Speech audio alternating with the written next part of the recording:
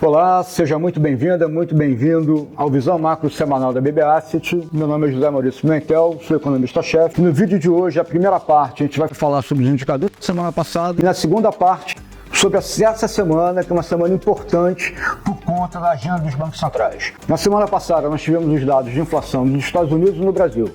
O CPI, que é a inflação americana, Consumer Price Index, acelerou 0,2%, uma aceleração baixa, mostrando que a inflação nos Estados Unidos está num processo de recuo lento, gradual e não linear, como a gente vem frisando já há algum tempo. E no Brasil, o IPCA mostrou um recuo de 0,2%, a variação acumulada em 12 meses saiu de 4,5% para 4,20%, mas é importante ressaltar que essa deflação observada no último dado do IPCA é basicamente fruto da volta da bandeira verde para a energia elétrica.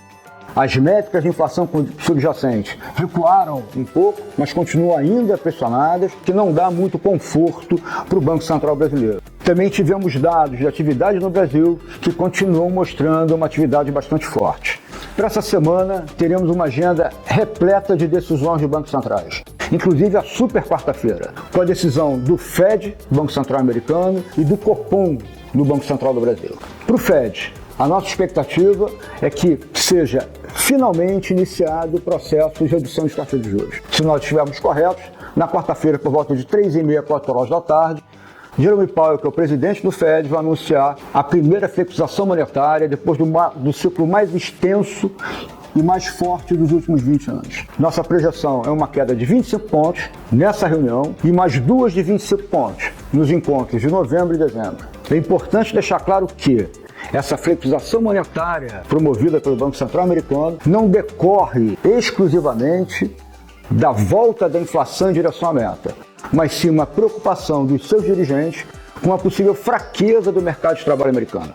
Também, na quarta-feira, aproximadamente 2 horas, 3 horas depois da decisão do Fed, o Copom vai anunciar o resultado da sua reunião de setembro. A nossa projeção é uma alta de 25 pontos, que será seguida de uma alta de 25 pontos nos encontros de novembro e dezembro.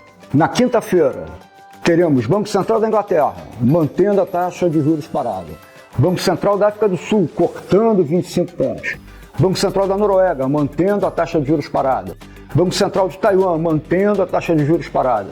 Na sexta-feira, Banco Central do Japão mantendo a taxa de juros parada. Em resumo, nessa semana, os bancos centrais que não tiverem reduzido suas taxas de juros vão estar mantendo essas taxas. A única exceção é o Copom, com uma alta de 25 vezes. Na nossa avaliação, essa dinâmica do Banco Central brasileiro responde muito mais a uma desancoragem das expectativas do que uma preocupação com a inflação corrente. O que a gente quer ressaltar é que a decisão do Fed e a decisão do Banco Central do Brasil, com relação a um reduzindo os juros e a outro subindo, não é o ponto focal. A questão fundamental será o comunicado do Fed e o comunicado do Banco Central do Brasil. Nós esperamos que o Fed traga um comunicado algo dovish, ou seja, mais preocupado com a atividade que com a inflação, não se comprometendo a acelerar o ritmo, como parte do mercado está aguardando, mas mostrando que continuará bastante atento aos dados de atividade e inflação. Na decisão do Copom, o grande ponto também é o comunicado, como eu ressaltei.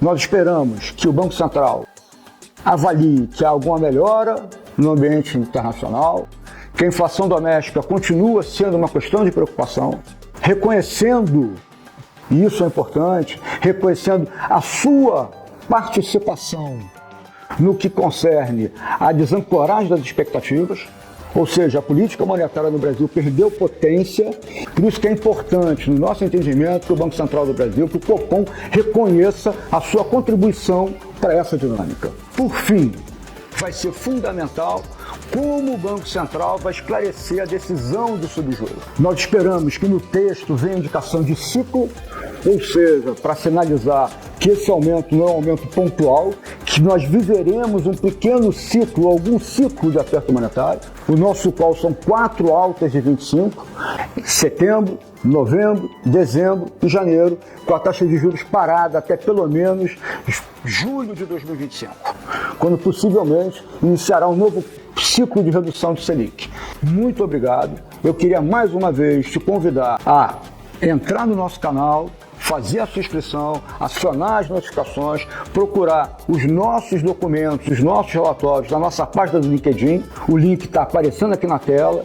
E, por favor, deixe nos seus comentários. 1. Se você avalia que o nosso call está correto ou não. 2. As implicações que esse call pode ter para mercados e para atividade, para as famílias como um todo. E 3. Sugestões com relação a como você acha que a gente deve abordar e quais os temas seriam os mais importantes. Muito obrigado, um forte abraço e até semana que vem.